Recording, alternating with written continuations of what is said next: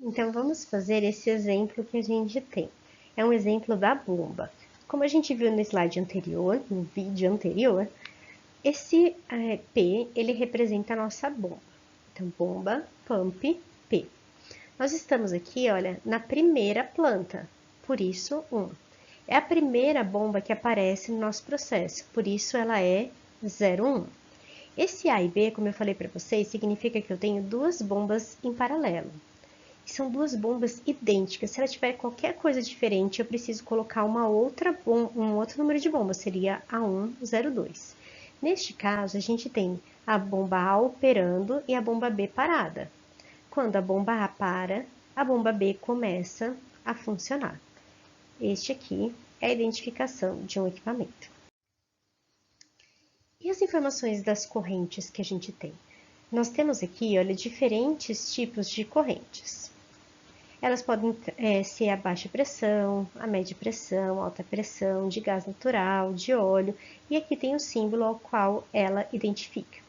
Mas para a gente poder identificar a nossa corrente no processo, essas informações aqui elas podem estar adicionais naquela tabela à parte. No nosso processo, elas precisam estar identificadas pelo losango. Então, todos os sistemas que a gente vai trabalhar, ele tem esse losango para a gente colocar em cima.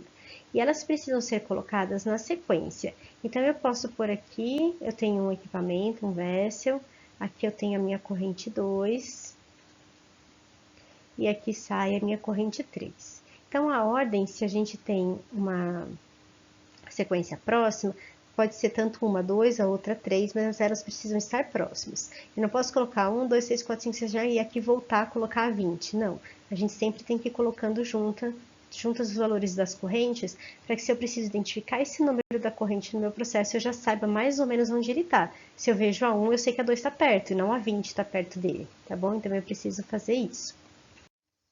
Além do número da corrente, que está representado aqui, ó, como número 2, a gente precisa identificar outras coisas, que seriam a temperatura, que ela é identificada através desse retângulo, da pressão, que é identificado através desse trapézio, da taxa de fluxo líquido, de gás, da taxa de fluxo molar e de fluxo máximo. Então, independente do que a gente vai ter de informação naquele nosso fluxograma, a gente precisa colocar aqui junto. Então, isso aqui a gente chama de flag, né? Então, eu falo, precisa colocar o flag da corrente, que é a identificação do número e daquilo que a gente tem de informação.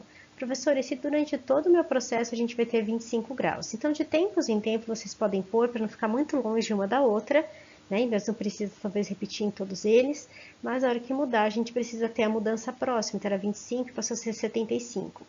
E se o meu processo trabalhar todo ele a pressão de um ATM, aí você pode colocar na primeira e não precisa colocar no resto do processo para não repetir uma coisa que não precisa. Agora, as informações de corrente, elas precisam estar todas, a quantidade que eu tenho da corrente, porque se eu tiver qualquer mudança, perda que acontece no equipamento, ele precisa estar identificado fácil ali no nosso fluxograma. E todas as informações a mais a gente vai colocar naquela tabela que eu mostrei para vocês, tá bom? Então, de fração, o nome da corrente, aquelas que eu mostrei para vocês, as propriedades físicas, dados termodinâmicos, tudo a gente pode colocar naquela tabela à parte, desculpa. Que seria essa daqui. Então, aqui eu tenho qual que é a minha corrente, identificada para cá, e as informações que eu vou colocar dela. Então, eu tenho a temperatura, a pressão, a fração de vapor, os fluxos e a composição de cada um dos meus elementos na corrente, tudo identificado aqui na minha tabela. E as informações dos equipamentos, como é que a gente coloca? A gente vai fazer um resumo das informações do nosso equipamento. E vou mostrar para vocês como é que a gente coloca.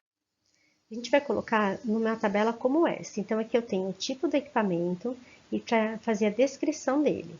Então, por exemplo, se eu tenho uma torre, eu preciso colocar qual é o tamanho, a altura e diâmetro, a pressão que ela trabalha, a temperatura, o número e tipo de bandeja que tem dentro, a altura e tipo de empacotamento dessas bandejas, o tipo de material de construção, tudo isso eu preciso colocar como informação do equipamento.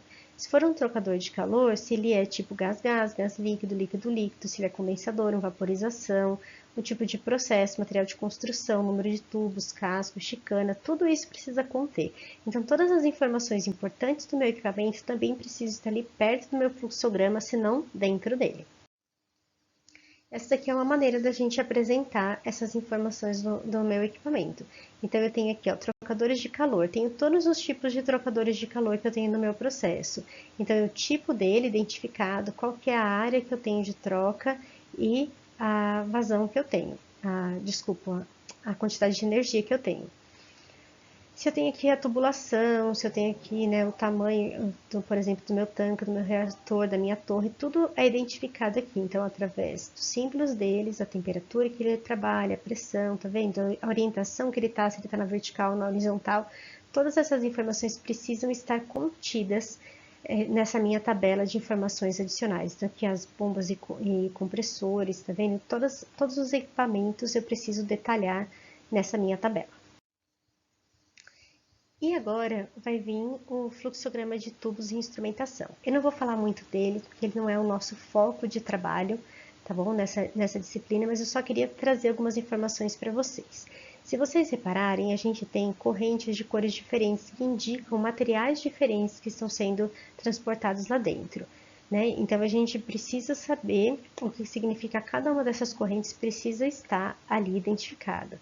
Então, a gente tem aqui informação dentro desse tipo de fluxograma do diâmetro da tubulação, a altura que está o material, qual vai ser exatamente a pressão e temperatura de operação de cada um deles, que é extremamente importante para esse nosso sistema. Ele é aquele que é utilizado para a construção da planta em si.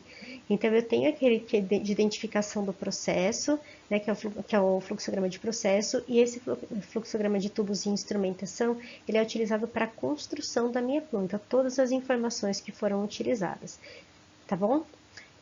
Agora entraria a parte de controle de processos, mas para nossa aula não ficar muito extensa, eu vou falar sobre ele lá na nossa aula ao vivo. Aguardo vocês lá e não esqueçam de responder o formulário de pré-aula. Até mais!